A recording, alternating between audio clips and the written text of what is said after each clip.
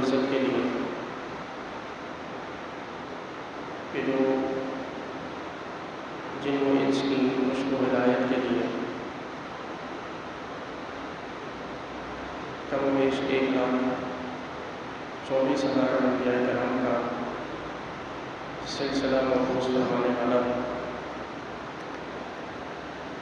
اور درود و سلام و حضور سرور عالم فخر موجودات باعث تخلیق کائنات سید ولد آدم شفیع بنی آدم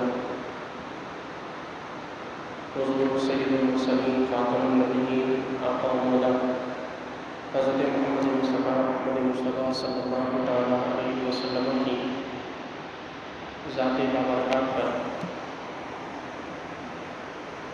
کہ جنہیں اللہ رب العزت نے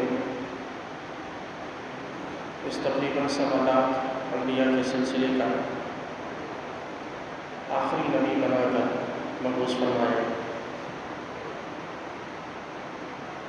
اور درود و سلام ہو حضور صلی اللہ علیہ وسلم کے جمعی صحابہ کرام اہل بیت کرام اور اس امت کے علماء صلحاء شہداء اور اولیاء کرام پر کہ جنہوں نے رسالت میں صلی اللہ علیہ وسلم کی عزت و حرمت کی ہر دور میں پاسداری کی۔ سامعین محترم، آج 6 ستمبر کا دن ہے اور تاریخی اعتبار سے 6 اور 7 ستمبر کے ایام اور بالخصوص چاند کے اعتبار سے آج کا دن یہ بڑی اہمیتوں کا حامل ہے۔ آج 6 ستمبر یوم دفاع پاکستان ہے، 7 ستمبر یوم دفاع ختم نبوت ہے اور آج کا دن ماہ ربیع الاول کا پہلا دن ہے۔ تو یوں صحت ترفیع نسبت آج کے اس دن کو حاصل ہے۔ بات کریں اگر آج کے 6 ستمبر کے یوم دفاع پاکستان ہونے کی، تو صرف اتنا سمجھ لینا اور کہہ لینا کافی ہے کہ اللہ رب العزت کی عطا ہے یہ ملک، رب کائنات کا فضل ہے یہ ملک، اللہ کا احسان ہے اور حضور کے قدموں کا صدقہ ہے یہ ملک۔ جتنی سازشیں، جتنی لوٹ مار اس ملک میں ہوئی اور اس کے خلاف ہوئی، یہ اگر کسی اور ملک کے ساتھ ہوتا تو اب تک اس کا نام و نشان مٹ چکا ہوتا، لیکن اللہ رب کائنات نے اسے محفوظ رکھا ہے اور ہزارہ بدترین حالات کے باوجود یہ آج بھی دنیا کے نقشے پر موجود ہے اور رب تعالیٰ سے قوی امید ہے کہ اللہ اسے تا قیام قیامت شاد و آباد رکھے گا۔ اگر بات کریں یوم دفاع ختم نبوت کی یعنی 7 ستمبر کی، تو اس کے حوالے سے بھی یہ سمجھ لینا اور کہہ لینا کافی ہے کہ اسلام کا دار و مدار اس کے عقیدے پر ہے۔ اسلام کے بنیادی عقائد میں سے یہ ایک عقیدہ ہے۔ اس عقیدے کو چھیڑا گیا، اس پر کمپرومائز کیا گیا تو پورا کا پورا اسلام خطرے میں پڑ جائے گا۔ تو کسی بھی طرح کسی بھی حوالے سے عقیدہ ختم نبوت پر کمپرومائز نہیں کیا جا سکتا۔ اور 7 ستمبر اس وجہ سے ملک پاکستان میں اہمیت کا حامل ہے کہ آج سے یعنی کل جو 7 ستمبر کا دن آئے گا اس سے 50 سال پیچھے چلے جائیں گے تو 7 ستمبر 1974 کو قومی اسمبلی میں بل پاس کیا گیا کہ جس کے ذریعے قادیانیوں کو غیر مسلم اقلیت قرار دیا گیا۔ گزرنے کو ہیں۔ ہم اور آپ ہر سال اپنی سالگرہ مناتے ہیں، اپنی شادی کی سالگرہیں مناتے ہیں، انہیں اہمیت دیتے ہیں، اور یہ منانا اس وجہ سے ہوتا ہے کہ ہم یہ دکھانا چاہتے ہیں کہ ان تاریخوں کی ہماری نظر میں اہمیت اور ویلیو ہے۔ اسی وجہ سے 6 ستمبر کا دن بھی منایا جاتا ہے کہ اس دن میں ملک پاکستان کا دفاع ممکن ہوا، تو ہر سال 6 ستمبر کے دن عزم کیا جاتا ہے کہ جس طرح 6 ستمبر 1965 کو ملک کی حفاظت کی گئی، اسی طرح ہمیشہ ملک کی حفاظت کی جاتی رہے گی۔ تو بالکل اسی طرح 7 ستمبر کا دن ہے کہ ہر سال یہ دن آتا ہے، لیکن ہم عزم نہیں کر پاتے، تو اس مرتبہ عزم بھی کرنا ہے، اور چونکہ 50 سال گزر رہے ہیں، 50 سال پورے ہو رہے ہیں، تو خود بھی اس کی ویلیو کو سمجھنا ہے اور دوسروں کو بھی بتانا ہے کہ یہ قومی دن ہے، یہ محض مذہبی دن نہیں ہے، یہ قومی دن ہے، یعنی پاکستان کی تاریخ میں بھی اہمیت کا حامل ہے اور اسلامی تاریخ میں بھی اہمیت کا حامل ہے۔ پاکستان کی تاریخ میں اس طور پر کہ دنیا کی واحد ریاست ہے پاکستان، کہ جہاں پر قادیانیوں کے خلاف سرکاری سطح پر اس قسم کی قانون سازی کی گئی۔ اس کے سوا دنیا کے اور کسی بھی ملک میں اس حد تک قانون سازی نہیں ہے، اور مذہبی سطح پر اس طرح کے 7 ستمبر 1974 کے اس اقدام سے ملک پاکستان میں قادیانیت کے بہاؤ کو ایک زبردست قسم کا بریک لگا ہے، اور جب کبھی بھی قادیانیت اپنا سر اٹھانے کی کوشش کرے گی، یہ 7 ستمبر کی چپیٹ اس کے سر پہ ہمیشہ پڑتی رہے گی، اور اس کو پاک کرنا، یعنی اس سے قادیانیوں کا اوپر اٹھنا نہ اٹھنا، یہ ہم تمام کے ہاتھ میں ہے۔ ہم اگر اپنے اکابر کی قربانیوں اور اپنے اکابر کی انتھک محنتوں اور ان کی کاوشوں کو یاد رکھیں تو کبھی ممکن نہیں کہ ملک پاکستان میں اس قانون کو کسی قسم کا کوئی خطرہ لاحق ہو سکے۔ اور اگر ہم اس بات سے بے خبر ہو گئے کہ جیسا کہ ہم میں سے بیشتر نوجوانوں کو 7 ستمبر کی اہمیت کا معلوم ہی نہیں، اگر ہم اس سے غافل ہو گئے تو ذکر نہ کرنے سے تو لوگ اپنے باپ دادا کو بھی بھول جاتے ہیں، پھر عقیدے کیا چیز ہے۔ تذکرے گھروں میں ہوں تو لوگ اپنے آبا و اجداد کو بھی یاد رکھتے ہیں، اور گھروں میں تذکرے نہ ہوں تو لوگ اپنے پردادا کا نام بھی یاد نہیں کرتے۔ تو یہی وجہ ہے کہ یہ دن ہر سال منایا جاتا ہے، اس سال بھی منایا جائے گا، اور اس سال اس وجہ سے اس کی اہمیت بڑھ گئی کہ 50 سال پورے ہو رہے ہیں۔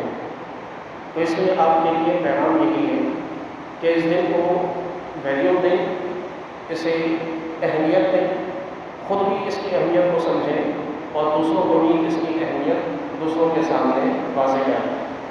یہ کسی مسلک کا، یہ کسی خاص تحریک کا، یہ کسی خاص گروہ کا کام نہیں ہے، یہ ہر مسلمان کے جو حضور کو خاتم النبیین تصور کرتا ہے اور عقیدہ رکھتا ہے، یہ ہر اس مسلمان کی ذمہ داری ہے کہ وہ اس دن کی اہمیت کو اپنی نسلوں کے دلوں سے مہار پر مٹنے نہ دیں۔ اب بات کریں آج کے اس دن کی اس حیثیت سے کہ آج کا یہ دن ماہ ربیع الاول کا پہلا دن ہے۔ تو ہمارے یہاں ماہ ربیع الاول کا آغاز ہوتے کے ساتھ ہی پیسے شروع ہو جاتے ہیں۔ حضور علیہ السلام کی ولادت کے حوالے سے آپ صلی اللہ علیہ وسلم کی ولادت کا جشن منانے کے حوالے سے ہم ہر دوسرے تیسرے فرد سے اس قسم کی بحث کو سنتے رہتے ہیں۔ کہیں اس کو جائز کہا جاتا ہے، کہیں اس کو شرک کہا جاتا ہے، کہیں اس کو باعث ثواب سمجھتے ہیں، تو کہیں اس پر کہا جاتا ہے کہ یہ منانے سے گناہ ملتا ہے۔ آج تک ہم یہ ڈیسائیڈ نہیں کر سکے کہ ہم نے کرنا کیا ہے، اور ہم آج تک اس نتیجے پر نہیں پہنچ سکے صرف ان بحثوں کی وجہ سے۔ تو ایک بات یہ طے کر لینا کہ ہم عقیدہ اہل سنت و جماعت سے وابستہ ہیں، اور اہل سنت و جماعت وہ جماعت ہے کہ جو رسول اللہ صلی اللہ علیہ وسلم کا سب سے بڑھ کر ادب اور احترام بیان کرتی ہے۔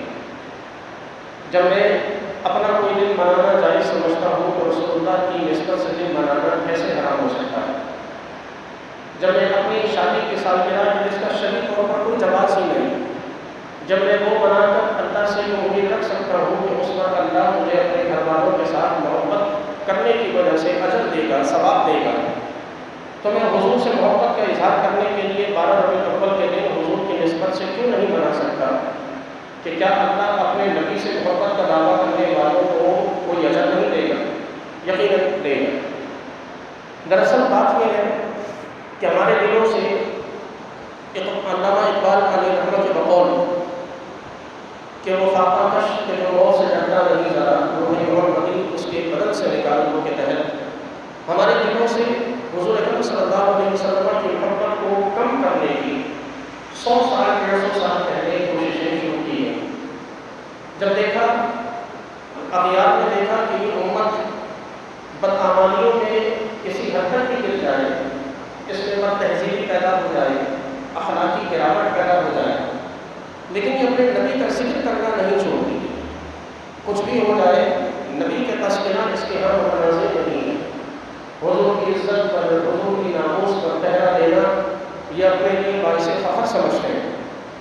تو پھر ہمارے یہاں لارنس آف ارابیہ کے طرح کے کئی ایسے لوگ ہمارے درمیان میں انجیکٹ کیے گئے، ہماری مساجد میں، ہمارے مدارس میں، ہماری سوسائٹیز میں، کہ جو بظاہر مسلمان لیکن اندرونی طور پر یہودی کا عیسائی ہوا کرتے ہیں۔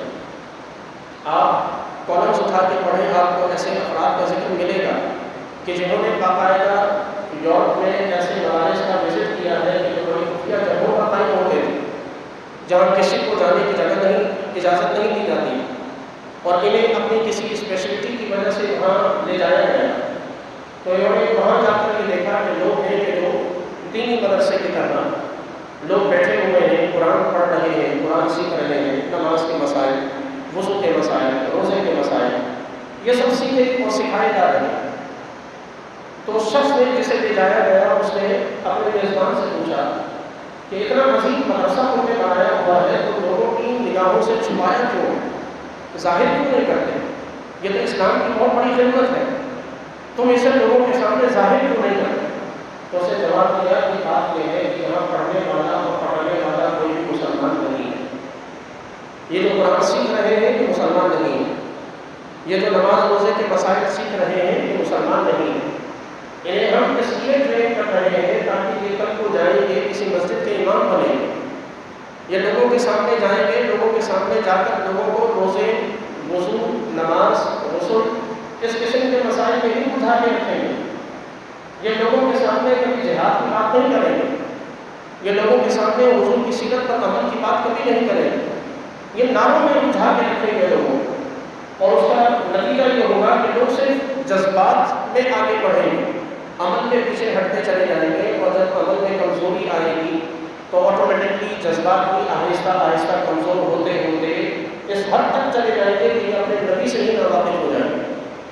یہ 150 سال پہلے کی سازش تھی کہ جو آج ہم دیکھ رہے ہیں کہ بر صغیر میں بالخصوص ہمارے یہاں رسول اللہ صلی اللہ علیہ وسلم کے نام پر نعرے لگانے کے لیے تو اونچے اونچے گلے ہیں، لیکن حضور کی سیرت پر عمل کرنے کا جذبہ دلوں سے ختم ہو گیا، اور یہ عمل کا یہ جذبہ ختم ہوتا ہوتا آج اس نے ہمیں یہاں تک پہنچا دیا کہ حضور اکرم صلی اللہ علیہ وسلم کی سیرت کی جہاں بات کی جائے ہمیں وہ اسپیچز بورنگ لگتی ہیں، ہمیں وہ تقاریر بورنگ لگتی ہیں، ہم صرف ان چیزوں کو سننا چاہتے ہیں کہ جہاں ہوا بری قسم کی تقریریں ہوں، جوشیلا انداز اور جوشیلے باتیں ہوں، صرف نعرے ہی نعرے محفلوں میں لگتے ہیں۔ ہم ایسے کسی مجلس میں بیٹھنا تک پسند نہیں کرتے کہ جہاں سمپل طریقے سے حضور کی سیرت بتائی اور سکھائی جائے۔ یہ ہماری وہ برین واشنگ ہے کہ جو 100 سال پہلے 150 سال پہلے جس کی سازش کی گئی اور آج ہمیں اس حد تک پہنچا دیا گیا۔ اب جب یہاں تک بات پہنچی تو اغیار نے یہ سوچا اور دیکھا کہ یہ قوم رسول اللہ صلی اللہ علیہ وسلم کا ذکر کرنا نہیں چھوڑتی، پھر بھی یہ حضور کے تذکرے کر رہی ہے، اور 12 ربیع الاول کے دن اپنی ساری چیزوں کو چھوڑ کر حضور کا میلاد منانا یہ باعث فخر اور باعث اپنے لیے باعث اعزاز سمجھتی ہے۔ تو ہمارے درمیان ایسے لوگ ایجکٹ کیے گئے کہ جنہوں نے میلاد کو متنازع بنایا. ہمارے درمیان ایسے لوگ لائے گئے کہ جنہوں نے میلاد کو شرک و بدعت اور اس قسم کی باتیں کرنا شروع کی. یہ ایک واحد موقع تھا کہ جس موقع پر ایک عام سا شخص کہ جسے پورا سال رسول اللہ کا ذکر نہ کرنے کی فرصت تھی، نہ سننے کی فرصت تھی، یہ وہ موقع تھا کہ جس میں وہ اپنے سارے کام کاج چھوڑ کر حضور کا ذکر کیا کرتا تھا اور سنا کرتا تھا. اس دن کو متنازع بنا دیا گیا.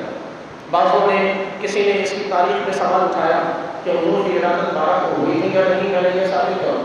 بعضوں نے کہا کہ یہ شرک و بدعت ہے. بعضوں نے کہا کہ صحابہ نے نہیں منایا تو تم کیوں مناتے ہو. یہ اس قسم کی بحثوں میں ڈالا گیا. حالانکہ سمپل سی بات ہے کہ جس شخص سے محبت ہوتی ہے اس کا دل منایا جاتا ہے، اس کا ذکر کیا جاتا ہے.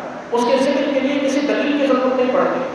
اس کا ذکر کرنے کے لیے، اس کی سالگرہ، اس کی پیدائش کا جشن منانے کے لیے کسی قرآن یا حدیث کی کوئی ہم دلیل نہیں ڈھونڈا کرتے. آپ میں سے، ہم میں سے کتنے لوگ ہیں اپنے بچوں کی سالگرہ مناتے ہیں؟ آج تک کسی نے قرآن سے کوئی دلیل ڈھونڈنے کی کوشش کی کہ بچے کی ولادت کا دن منانا قرآن سے ثابت ہے یا نہیں؟ تو ہم ان چیزوں میں پڑے ہوئے ہیں، ان ابحاث میں، ان بحثوں میں، لا یعنی اور بے مطلب کی باتوں میں ہمیں اٹھایا ہوا ہے. یہی وجہ ہے کہ ہمارے یہاں 12 ربیع الاول شروع ہوتے، ربیع الاول کا مہینہ شروع ہوتے ان چیزوں کا آغاز ہو جاتا ہے. یہ بحثیں دو طرفہ بحثیں ہمارے یہاں چلنا شروع ہو جاتی ہیں. جبکہ ایمان کا تقاضا یہ ہے کہ صرف اتنا سوچ لیں کہ اللہ کی ساری نعمتوں میں سب سے بڑی نعمت حضور کی نعمت ہے. ساری نعمتوں میں سب سے بڑی نعمت حضور کی ذات ہے. ہم آج خود کو مسلمان کہلاتے ہیں اور رسول اللہ کی نسبت سے کہلاتے ہیں. حضور نہ ہوتے تو یہ کہاں یہ امتیاز ہوتا، کہاں یہ فرق ہوتا، کہاں یہ عزت ہوتی، کہاں یہ وقار ہوتا، کہاں پر بروز قیامت شفاعت ہوتی، کہاں حضور کی شفاعت کی امید ہوتی، کہاں جنت و جہنم کے معاملات ہوتے، کہاں جہنم سے نکل کر جنت میں داخلے کے پروانے ملتے. حضور نہ ہوتے تو کچھ نہ ہوتا. تو کائنات میں سب کچھ اگر ہے تو حضور کے قدموں کا صدقہ. تو ہم اگر صرف کسی چیز کو سوچ لیں تو مجھے نہیں لگتا کہ اس کے بعد حضور کی نسبت سے کوئی دن منانے کے لیے ہمیں کسی اور دلیل کی ضرورت ہے. جن کو 12 ربیع الاول سے اختلاف ہے اور کہتے ہیں کہ 8 ربیع الاول کو حضور کی ولادت ہوئی، وہ 8 کو حضور کا میلاد بنا. جو کہتے ہیں کہ ربیع الاول میں سرے سے حضور کی ولادت نہیں ہوئی، ربیع الثانی محرم میں ہوئی، تو وہ محرم یا ربیع الثانی میں بنا لیں. کس کو اعتراض ہے؟ دن کوئی بھی فکس کر لیں، کوئی بھی دن رکھ لیں. مقصد تو آقا کا ذکر ہے، مقصد تو رسول اللہ کی ولادت کا تذکرہ کرنا ہے، مقصد تو آقا کی خوبیوں کو، آقا کی کمالات کو بیان کرنا ہے. دن چاہے کوئی بھی رکھا جائے، دن چاہے کوئی بھی مقرر کر دیا جائے، آپ کو دنیا میں کوئی مسلمان نہیں روکے گا کہ آپ 12 کو میلاد بنا سکتے ہیں، 13 کو نہیں بنا سکتے. ہم اور آپ میں سے کتنے لوگ ہیں کہ جن کے گھروں میں میلاد کی جو محفلیں ہوتی ہیں وہ 12 کو نہیں ہوتی، آگے پیچھے کرتے ہو جاتے ہیں. تو اس کا کیا مطلب ہوا کہ ہم نے رسول اللہ صلی اللہ علیہ وسلم کی محبت میں اللہ کے نبی کا ذکر کسی دن کا محتاج نہیں ہے. ہاں یہ ضرور ہے کہ ایک دن کہ جس کے بارے میں کثیر علماء نے لکھا کہ یہ دن حضور کی ولادت کا دن ہے، اس دن کو جو ہے ہم ایک مقرر کر دیتے ہیں تاکہ پوری دنیا میں اجتماعی طور پر اس دن میں حضور کے تذکرے، اجتماعی طور پر پوری دنیا سرکار کی آمد مرحبا کے ناموں سے گونج اٹھے. اور اس کی برکت ہی، اس کی فضیلت ہی یقیناً الگ. پھر ہمارے یہاں جب یہ چیز ہمارے ذہنوں میں بیٹھ گئی کہ ہم جو ہے میلاد نہیں چھوڑ سکتے، تو پھر اگلی سازش رچائی گئی ہمارے نوجوانوں کے دلوں میں اور ان کے ذہنوں میں یہ بات بٹھائی گئی کہ میلاد ایک فیسٹیول ہے. جس طرح کا 14 اگست ایک فیسٹیول ہے، جس طرح کا یہ ہمارے یہاں دیگر ایام منائے جاتے ہیں فیسٹیول کے طور پر، میلاد ایک فیسٹیول کے طور پر ہمارے یہاں متعارف کروا دیا گیا. وہ نوجوان کہ جو ساری زندگی حضور کی سیرت کے قریب نہیں آئے، ساری زندگی حضور کا نام سننا اسے گوارا نہیں کہ مسجد میں آ کر رسول اللہ صلی اللہ علیہ وسلم کی سیرت کو سنے، وہ اس میلاد کے موقع پر میلاد کے ذریعے ہی لوگوں کو میلاد سے متنفر کر رہا ہے. اور وہ کیسے؟ آپ دیکھیں کہ اپنے آج یکم ربیع الاول ہے، آپ 12 ربیع الاول تک یہ دھوم دھڑک کے دیکھیں گے کہ ہماری گلیوں میں جو ہے اونچی آوازوں پہ ڈیک چلائے جائیں گے اور اتنی اونچی آواز ہے کہ گھر میں بیٹھے ہوئے افراد ایک دوسرے سے بات کرنے کے لیے چیخ کر بات کریں. یہ میلاد سے محبت پیدا کرنا نہیں ہے، یہ میلاد کی نفرت دل میں پیدا کرنا، یہ الجھن پیدا کرنا، یہ لوگوں کے دل و دماغ میں کنفیوژن پیدا کرنا. اور جب لوگ کنفیوز ہوں گے میلاد کے حوالے سے تو ظاہر سی بات ہے ان کے دل میں ایک اکتاہٹ اور بیزاری پیدا ہوگی. اور جب اکتاہٹ اور بیزاری پیدا ہوگی تو انہی لوگوں کو ہم خود اپنے ہاتھوں سے سیکولر لوگوں کو سونپ رہے ہیں. ہم خود ان ان لوگوں کو الحاد کا، سیکولرزم کا، ہم ایتھیزم کا شکار بنا رہے ہیں اپنے عمل کے ذریعے۔ حالانکہ ہونا یہ چاہیے کہ رسول اللہ صلی اللہ علیہ وسلم کے میلاد منائیں تو امام مالک کی طرح منائیں گا کہ سیدنا امام مالک علیہ الرحمہ ہر روز حضور کا میلاد مناتے ہیں۔ حیرت ہوگی، ہر روز حضور کا میلاد مناتے ہیں۔ کس طرح مسجد نبوی میں روزانہ باوضو حالت میں عمدہ قسم کا لباس پہن کر اور اعلیٰ قسم کی خوشبو لگا کر مسجد نبوی میں بیٹھے ہیں، مسند لگا کر روزانہ لوگوں کو حضور کی حدیث سکھا اور سنائیں، روزانہ حضور کی احادیث لوگوں کو سنا اور سکھا رہے ہیں۔ اور ایک مرتبہ ایک بچھو 16 مرتبہ امام مالک کو ڈنک مارتا ہے۔ ایک بچھو نے ایک نشست میں 16 مرتبہ امام مالک کو ڈنک مارا، چہرے کا رنگ بدل گیا تکلیف کی شدت کی وجہ سے، لیکن اپنی بات کو نامکمل نہیں چھوڑا اور اپنی جگہ نہیں چھوڑی، صرف حضور کے حدیث کے ادب کی وجہ سے۔ آج کہاں ہے ہم میں وہ ادب؟ رسالت مآب صلی اللہ علیہ وسلم کا نام لیتے ہی ہماری نظروں کو جھک جانا چاہیے تھا، ہمارے مزاج میں عاجزی پیدا ہو جانی چاہیے تھی۔ اتنے عظیم شخص کا نام ہمارے سامنے لیا جا رہا ہے، اتنے عظیم شخص کا نام ہماری زبانوں پہ آ رہا ہے۔ یہ زبانیں تو یہ جو جسم ہمارا تو ہر وقت باوضو ہونا چاہیے رسول اللہ کا نام لینے کے لیے۔ ہم تو اپنے آپ کو، اپنے کردار کو پاکیزہ کر کے اپنے آقا کا ہمیں نام لینا چاہیے۔ ہمارے تو اخلاق سے جھلکے، ہمارے تو کردار سے یہ بات پیدا ہو کہ لوگ ہمیں دیکھ کے سمجھیں اور سیکھیں کہ ہاں یہ سچے اور پکے میلادی کہ جو حضور کی سیرت کو عام کرتے ہیں، حضور کی سیرت اور حضور کے کردار کی بات کرتے ہیں۔ ہم نے بالکل اس کا الٹ لے لیا۔ بچے ہیں تو ہمارے بڑے ماشاءاللہ بچوں کے سامنے کبھی رسول اللہ صلی اللہ علیہ وسلم کی زندگی کا کوئی قصہ، مجھے نہیں لگتا کہ ہم میں سے بیشتر لوگ اپنے بچوں کو بٹھا کر گھر میں حضور کی زندگی کا کوئی قصہ واقعہ بیان کرتے ہیں۔ ہاں، ہماری مائیں اپنے بچوں کو لوریاں ضرور سناتی ہوں گی، کبھی کوئی ہمارے یہاں کہانی کا اسٹوری کا کریکٹر، کبھی کوئی کارٹون کریکٹر ہمارے یہاں ڈسکس ضرور کیا جاتا ہوگا۔ ہمارے گھروں میں کبھی کوئی فلمی ایکٹر، کبھی کوئی کرکٹر ہمارے گھروں میں ضرور ڈسکس کیا جاتا ہوگا، لیکن اگر ڈسکس نہیں کیا جاتا ہمارے گھر میں تو رسول اللہ کی ذات ہے۔ اتنی اجنبیت حضور سے ہم نے کیوں برتی ہوئی؟ اتنی اجنبیت رسول اللہ صلی اللہ علیہ وسلم سے ہم کیوں برت رہے ہیں؟ ہم کیوں دکھانا چاہتے ہیں کہ حضور سے ہمارا کوئی تعلق نہیں؟ ہم کیوں دکھانا اور بتلانا چاہتے ہیں کہ رسول اللہ صلی اللہ علیہ وسلم سے یہ جو تمام تر ہم تعلق کے دعوے دار ہیں، یہ صرف دعوے ہیں، ان دعووں میں عملی طور پر کچھ بھی نہیں۔ تو میلاد منائیں اور حقیقی معنی میں منائیں۔ میلاد کی فضائل اپنی جگہ ہیں، حضور کا جشن میلاد منانا اس کے کمالات اپنی جگہ ہیں۔ ہمارے بزرگوں نے منایا، صحابہ کرام نے منایا، حضور صلی اللہ علیہ وسلم نے خود اپنی ولادت کی خوشی منائی۔ یہ تمام تر چیزیں اپنی جگہ ضرور ہیں، لیکن یاد رکھیں کہ میلاد منائیں رسول اللہ صلی اللہ علیہ وسلم کی سنت کے مطابق منائیں۔ حضور ساری زندگی خواتین کے پردے کا حکم دیتے رہے ہیں، قرآن میں اللہ نے خواتین کے پردے کا حکم دے دیا۔ ہم چراغاں کے نام پر اپنی بہنوں کو، اپنی بیٹیوں کو، اپنی ماؤں کو چراغاں دکھانے کے نام پر ہم انہیں ہجوم کا حصہ بنا دیں کہ جہاں نامحرم کے جسم نامحرموں سے ٹکرا رہے ہیں۔ کہاں جاتی ہے ہماری غیرت؟ کہاں جاتی ہے وہ غیرت ایمانی، وہ بھائی کی غیرت، وہ باپ کی غیرت، وہ بیٹے کی غیرت؟ وہ ساری غیرتیں یہاں کیوں ختم ہو جاتی ہیں کہ جس حکم سے میرے آقا ساری زندگی روکتے رہے، ہم اسی حکم کے ذریعے آقا کریم علیہ السلام کا تعلیمات کا، حضور کی تعلیمات کا مذاق اڑا رہے ہیں؟ کہاں جاتی ہے ہماری وہ غیرت ایمانی کہ ہم ساری زندگی رسول اللہ صلی اللہ علیہ وسلم کی احادیث پڑھتے رہے ہیں کہ حضور علیہ السلام نے یہ تک ارشاد فرما دیا، اور آپ کی حدیث کا مفہوم ہے کہ وضو کرنے میں بھی پانی اگر زیادہ استعمال ہو جائے تو اسراف ہے اور اللہ کی یہاں پکڑ ہے اس کی۔ اگر وضو نہیں کیا جا رہا ہے، وضو تو عبادت کے لیے ہوتا ہے، وضو خود عبادت ہے کہ جب تک بندہ باوضو رہتا